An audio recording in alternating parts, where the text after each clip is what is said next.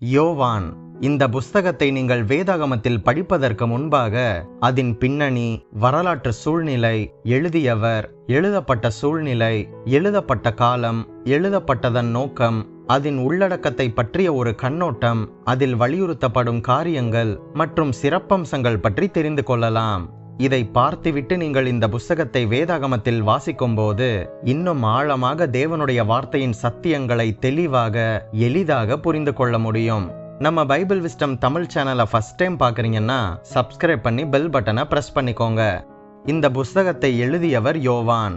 இதன் மைய கருத்து இயேசு தேவகுமாரன். எழுதப்பட்ட காலம் கிபி 80 முதல் 95. முதலில் இதன் பின்னணி பற்றி பார்க்கலாம். 4 சுவிசேஷங்களிலும் இந்த யோவான் சுவிசேஷம் தனித்தன்மை வாய்ந்தது. இது யூதேயாவிலும் எருசலேமிலும் இயேசு செய்த ஊழியத்தை பற்றி, மற்ற 3 சுவிசேஷங்களில் விட்டுவிட்டவை பற்றி அதிகமாக குறித்து வைத்திருக்கின்றதோடு இயேசுவின் தனித்துவத்தின் ரகசியத்தை அதிக முழுமையாக வெளிப்படுத்துகின்றது. இதன் ஆசிரியர் இயேசுவுக்கு அன்பான சீஷன் என்று மறைமுகமாக குறிப்பிடப்பட்டிருக்கின்றது. இதன் ஆசிரியர் 12 அப்போஸ்தலர்களில் ஒருவரும் இயேசுவின் நெருங்கிய உள்வட்ட அங்கத்தினருமான செபதேயுவின் குமாரனாகிய யோவான் என்பதை ஆதி கிறிஸ்தவ சாட்சியும் இந்த சுவிசேஷத்திலேயே உள்ளதான தடயங்களும் சுட்டி காண்பிக்கின்றன. பல பழங்கால ஆதாரங்களின்படி முதிர் வயதாகிய அப்போஸ்தலனாகிய யோவான் எபேசுவில் வாழும்போது சொல்வன்மையுடைய செரிந்தாஸ் என்கின்ற யூதனின் தலைமையில் இயேசுவின் சுபாவம், ஆழத்துவம், தெய்வத்துவம் பற்றி பயங்கரமான கருத்து வேறுபாடுகள் ஏற்பட்டதாம். இந்த கருத்துக்களும் மாறுபாடுகளும் தவறு என்று நிரூபிக்கும்படியாக ஆசியாவில் உள்ள பெரியோர்கள் அனைவரும் இந்த ஆவிக்குரிய சுவிசேஷத்தை எழுதும்படி வேண்டிக் கொண்டனர். யோவான் சுவிசேஷம் சத்தியம் இயேசுவில் அமைந்திருப்பதால் அந்த சத்தியத்தை குறித்த ஒரு ஆழ்ந்த வேத சாஸ்திர அறிக்கை போல இருந்து சபை ஊழியத்தில் இந்த சுவிசேஷம் உதவுகின்றது. அடுத்ததாக இந்த சுவிசேஷம் எழுதப்பட்ட நோக்கம் பற்றி பார்க்கலாம். யோவான் தாம் எழுதுவதின் நோக்கத்தை யோவான் 20:31 அறிவிக்கின்றார். அதாவது, இயேசு தேவனுடைய குமாரனாகிய கிறிஸ்து என்று நீங்கள் விசுவாசிக்கும்படியாகவும், விசுவாசித்து அவருடைய நாமத்தினாலே நித்திய ஜீவனை அடையும்படியாகவும் இது எழுதப்பட்டது என்று அவரே குறிப்பிடுகின்றார். யோவான் இந்த சுவிசேஷத்தை எழுத 2 முக்கியமான நோக்கங்கள் இருந்தது. ஒன்று, அவிசுவாசிகள் கர்த்தராகிய இயேசு கிறிஸ்துவை விசுவாசித்து ரட்சிக்கப்பட வேண்டும் என்றும், இரண்டாவதாக விசுவாசித்து ரட்சிக்கப்பட்ட விசுவாசிகள் அனைவரும் எத்தனை தவறான போதனைகளை கேட்டாலும் தங்கள் விசுவாசத்தில் உறுதியாக இருந்து பிதா குமாரனுடைய முழு ஐக்கியத்தில் இருக்க வேண்டும் என்று அவர்களின் அடிப்படை விசுவாசத்தை பலப்படுத்தும்படியாக இதை எழுதியிருக்கின்றார். அடுத்ததாக இந்த சுவிசேஷத்தின் ஒரு கண்ணோட்டம். 4வதாக எழுதப்பட்ட இந்த சுவிசேஷம் இயேசுவே இஸ்ரவேலரின் மேசியா என்று அடித்து கூறி கவனமாக தேர்ந்தெடுக்கப்பட்ட உண்மை சாட்சியை அளிக்கின்றது. இந்த ஆதாரமான சாட்சிகள் என்னவென்றால், முதலில் 7 அற்புதங்களும் 7 பிரசங்கங்களும். இந்த 7 அற்புதங்கள் மூலமாகவும் 7 பிரசங்கங்களின் மூலமாகவும் இயேசு உண்மையாக தாம் யார் என்பதை தெளிவாக வெளிப்படுத்தினார் என்பதை யோவான் சுவிசேஷம் எடுத்து காட்டுகின்றது. இரண்டாவதாக, இந்த 7 நானே என்கின்ற வாக்கு மூலங்கள் யோவான் சுவிசேஷம் முழுவதிலும் காணப்படுகின்றது. இதன் மூலம் இயேசு தான் மனித குலத்தை ரட்சிக்க வந்த மீட்பர் என்பதை உருவகமாக வெளிப்படுத்துகின்றார். மூன்றாவதாக, இயேசுவின் சரீர உயிர்த்தெழுதல். இயேசு தேவனுடைய குமாரனாகிய கிறிஸ்து என்பதற்கு இது கடைசி அடையாளமாகவும் உச்சக்கட்ட நிரூபணமாகவும் இருக்கின்றது. இந்த யோவான் சுவிசேஷத்தில் 3 பிரிவுகள் இருக்கின்றது. முதல் அதிகாரத்திலிருந்து 12 அதிகாரங்கள் இயேசுவின் மனித தன்மை, பொதுமக்கள் ஊழியம் பற்றி குறிப்பிடுகின்றது. இயேசுவின் 7 அற்புதங்கள், 7 ஆழமான பிரசங்கங்கள், 7 பிரமிக்கத்தக்க நானே என்கின்ற உரிமை பாராட்டலுக்கு பிறகும் கூட இந்த யூதர்கள் அவரை மேசியாவாக ஏற்றுக்கொள்ளவில்லை. இந்த 7 அற்புதங்கள் என்னவென்றால், முதல் அற்புதம் தண்ணீர் திராட்சரசமானது. இரண்டாவது அற்புதம் ராஜாவின் மனுஷனின் மகளை சுகமாக்கியது. மூன்றாவது அற்புதம் ஓய்வு நாளில் பெதஸ்தாவில் திமிர்வாதக்காரனை சுகமாக்கியது. நான்காவது அற்புதம் 5000 பேரை போஷித்தது. ஐந்தாவது அற்புதம் தண்ணீரின் மேல் நடந்தது. ஆறாவது அற்புதம் பிறவி குருடனை சுகப்படுத்தியது.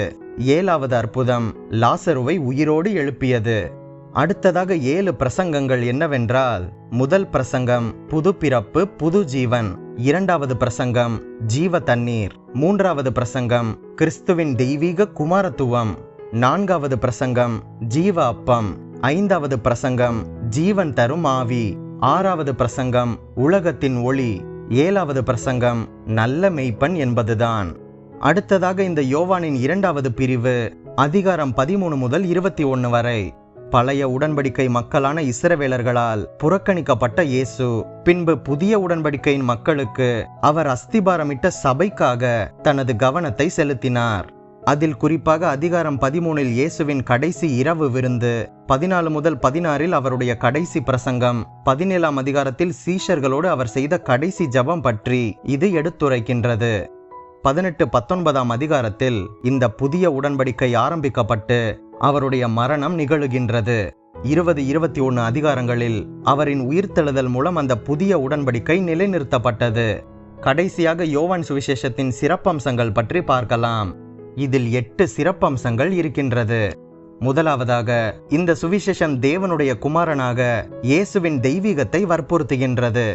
1:14 அவருடைய மகிமையை கண்டோம் என்ற யோவானின் கம்பீரமான விளம்பரத்தோடு கூடிய முன்னுரையில் இருந்து முடிவாக 20:28 என் தேவனே என் ஆண்டவரே என்ற தோமாவின் அறிக்கை வரை உள்ள வசனங்கள் அனைத்தும் இயேசு மாம்சத்தில் வந்த தேவனுடைய குமாரனாக இருக்கின்றார் என்பதை நமக்கு வெளிப்படுத்துகின்றது.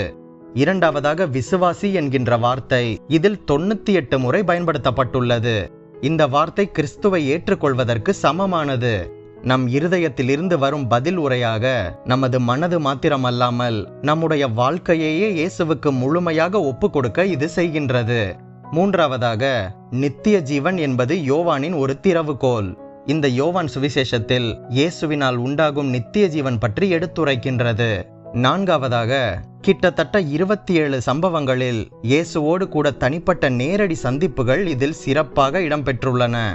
ஐந்தாவதாக, பரிசுத்த ஆவியானவரின் வேலையானது இயேசுவின் மரணம், உயிர்த்தெழுதல் ஆகியவற்றிற்கு பிறகு விசுவாசிகள் இயேசுவின் ஜீவனையும் வல்லமையையும் அவர்கள் வாழ்வில் அனுபவிக்க விசுவாசிகளை தகுதிப்படுத்துகின்றது. ஆறாவதாக, இது சத்தியத்தை வற்புறுத்துகின்றது. இயேசுவே சத்தியம், பரிசுத்த ஆவியானவர் சத்திய ஆவியானவர், தேவனுடைய வார்த்தைகள் சத்தியம். சத்தியம் சீஷர்களை விடுதலையாக்கி அவர்களை சுத்திகரிக்கின்றது. அது சாத்தானின் சுபாவத்திற்கும் கிரியைக்கும் எதிரடையானது என்பதை எடுத்துரைக்கின்றது. ஏழாவதாக, 7 என்கின்ற எண்ணின் முக்கியத்துவம். 7 அற்புதங்கள், 7 பிரசங்கங்கள், 7 முறை நானே என்கின்ற உரிமை பாராட்டுதல் ஆகியவை இயேசு யார் என்பதற்கு சாட்சியிடுகின்றன. வெளிப்படுத்தின விசேஷத்தில் கூட 7 என்கின்ற எண்ணிற்கு முக்கியத்துவம் கொடுக்கப்பட்டிருக்கின்றது. அடுத்ததாக, இந்த யோவான் சுவிசேஷம் அநேக முக்கிய வார்த்தைகளையும் கருத்துக்களையும் பயன்படுத்தியுள்ளது. எடுத்துக்காட்டாக, ஒளி, வார்த்தை, மாம்சம், அன்பு, சாட்சி, அறிவு, இருள், உலகம் போன்ற வார்த்தைகள் அடிக்கடி உபயோகப்படுத்தப்பட்டுள்ளன. இந்த இயேசுவின் அன்பின் சீஷனாகிய யோவான் மட்டும்தான் இரத்த சாட்சியாக மரிக்காமல் இயற்கையாக வயது முதிர்ந்து மரித்தார் என்பது குறிப்பிடத்தக்கது. இவரின் வாழ்க்கை வரலாற்று வீடியோ லிங்க் டிஸ்கிரிப்ஷனில் உள்ளது, பார்க்காதவர்கள் பார்த்து கொள்ளுங்கள். இதுவே யோவான் சுவிசேஷத்தின் முன்னுரை. இதன் பின் இந்த புஸ்தகத்தை நீங்கள் வேதாகமத்தில் வாசிக்கும் போது எளிதாக தெளிவாக புரிந்து கொள்ள இது உதவும் என்று நம்புகின்றேன். வேதாகம புஸ்தகங்கள் என்கின்ற தலைப்பில் ஆதியாகமம் முதல் அனைத்து தலைப்புகளும் நம் சேனல் பிளேலிஸ்டில் உள்ளது. லிங்க் டிஸ்கிரிப்ஷனில் இருக்கின்றது, பார்க்காதவர்கள் பார்த்து கொள்ளுங்கள். நம் பைபிள் விஸ்டம் தமிழ் சேனலுக்கு உங்களால் முடிந்த உதவியை செய்யுங்கள். நம் சேனலை உங்கள் கிறிஸ்தவ நண்பர்களுக்கு அறிமுகம் செய்யுங்கள். நீங்கள் ஆசீர்வதிக்கப்பட்டவர்கள்.